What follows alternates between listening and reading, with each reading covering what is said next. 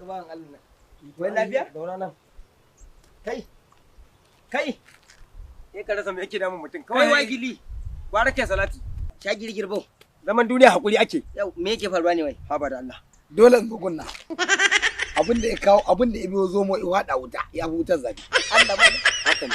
Abin da ya biyo zomo ya hada wuta ya fi wutar zafi. Ba mu san Rana matsalar. zafi inuwa kuna. Ya kai ma.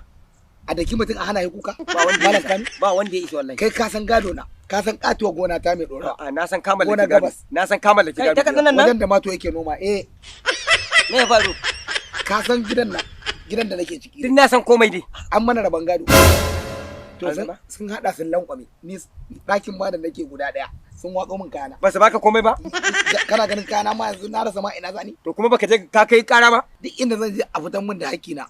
Na je Har wajen hukuma? wajen hukuma. Hukuma nawa na je gunta. Ai ko baka je ɗaya wajen hukumar ba. Kwarai Ina kuwa. kenan. Kwarai kuwa. Ai ko da ka je gun alƙalin alƙalai. Wa kenan. Justice. Musa Ɗanladi. Kaga Musa Ɗanladi?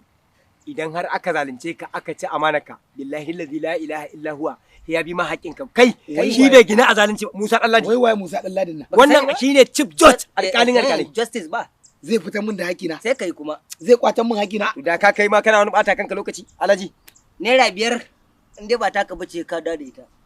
Kana wai kun dan manzon Allah. Kai. Kun ga kun yi ruwan Muhammadawa. Kai. Kuna nufin fasa Kai. kafiyar. Kaga Musa Ɗanladi.